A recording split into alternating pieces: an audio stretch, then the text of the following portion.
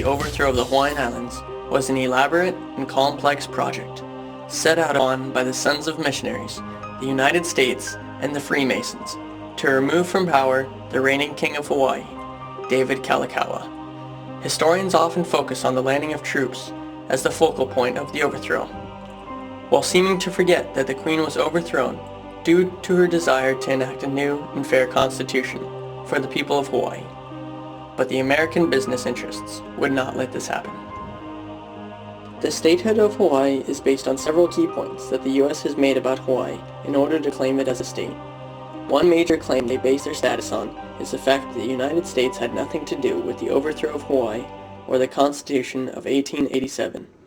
The U.S. asserts that it was the sole doing and responsibility of the local citizens of Honolulu who disobeyed the law and forced a revolution in Honolulu prior to 1893. According to historical documents, the Honolulu Rifles, along with Lauren A. Thurston and Sanford B. Dole, printed in a local newspaper that the community demands that the king resigns. The next day, the same small group of American business interests presented the king with a list of demands asking for the dismissal of Walter Murray Gibson and the king's entire cabinet, also placing other restrictions on the king's power. David Kalakaua took these demands under advisement. The king then met with diplomatic representatives from the U.S., Great Britain, France, Portugal, and Japan in an attempt to submit to an allied nation rather than to the Honolulu Rifles. However, the representatives all denied the king and advised him to sign the new and unjust constitution. The king argued with his cabinet for several hours over the issue. Sanford B. Dole finally expressed to the king that he would be attacked and possibly killed if he didn't sign the new constitution. The king had no standing army of his own due to a mutiny he faced in the Guard in 1873, and his police force had already been taken over by the Honolulu Rifles. The king was left without a choice and signed the Bayonet Constitution. For some reason, historians and writers have never talked about the role of the Freemasons during the overthrow of Hawaii. Many people claim the Masons had nothing to do with the overthrow. But if you study the Freemasons long enough, you will see a far clearer picture of how the overthrow took place. The Knights were founded in 1864 and was based on the premise that some sort of organization was necessary to help heal the country's wounds after the Civil War.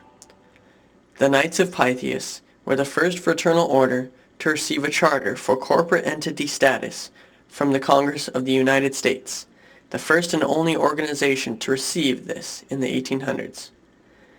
The group was often set up in small towns to supplement the local sheriff and help maintain law and order.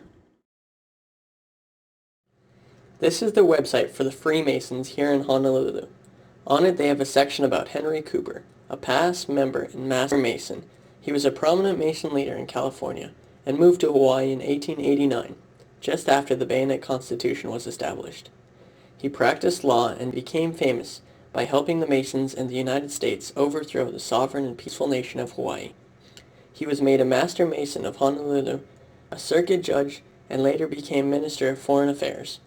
All this in just 4 years, due directly to his ties to Masonry and their powerful influence in Hawaii at the time. And for this very reason, the Masons here wish not to pursue the interesting career of Henry Ernest Cooper, because any further would immerse us into the realm of politics, as they put it. This is the actual Bayonet Constitution. It is up for auction by Beverly Hills Collectibles Company. The document itself proves the hurried yet planned nature of this event, containing handwritten side notes and is written on simple receipt paper.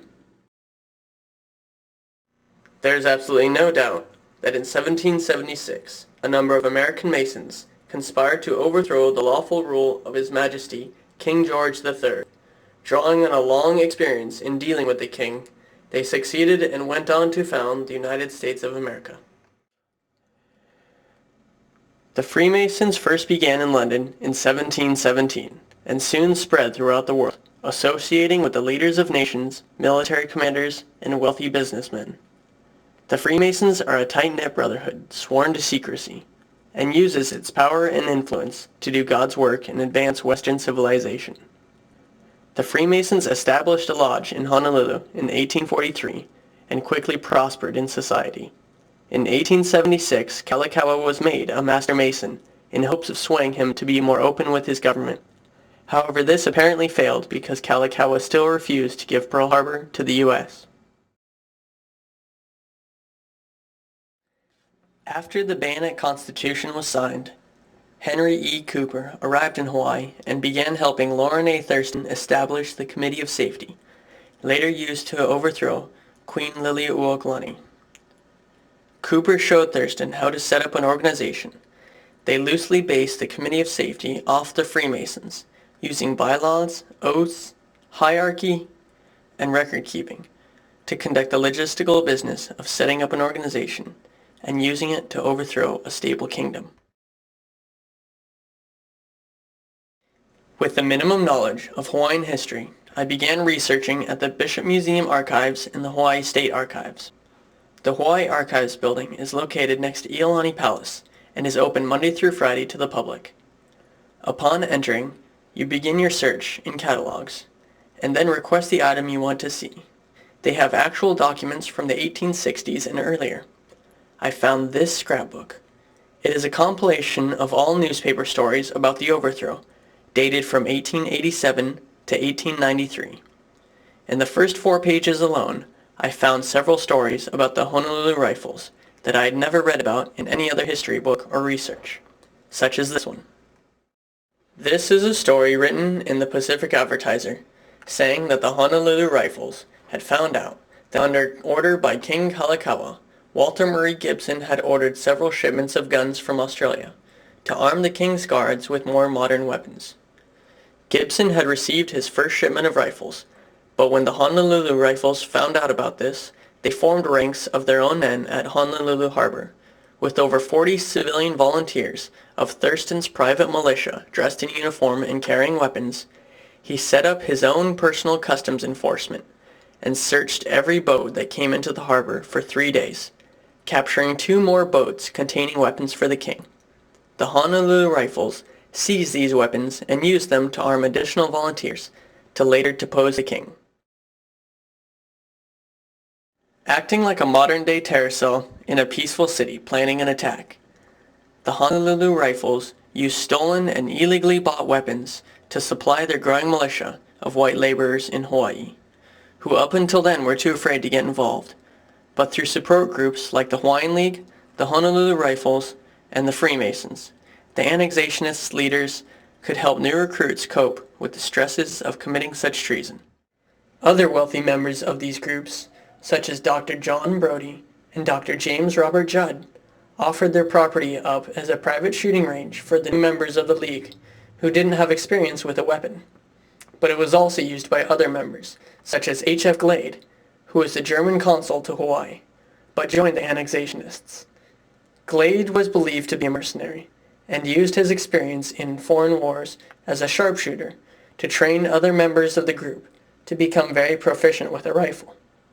Forming a squad of sharpshooters, and under Colonel Volney Ashford's direction, they were used to put down the Wilcox Rebellion of 1889, making them a more confident and capable fighting force. The United States cannot be held responsible for the actions of its citizens in a foreign land. However, the United States is responsible for the actions of its soldiers in a foreign land. So how does the U.S. acquire Hawaii without the use of soldiers? They used recognized charters in the U.S. and spread them to foreign lands that command local economies backed by U.S. industry finance and U.S. senators as advisors, helping the invading charter to be able to assemble a group of supporters from the foreign town, arm them, and bring them against their own government in favor of the U.S. This has been a secret and highly effective tool in American expansion during the 1800s, and while no longer occurring, these actions cannot be forgotten.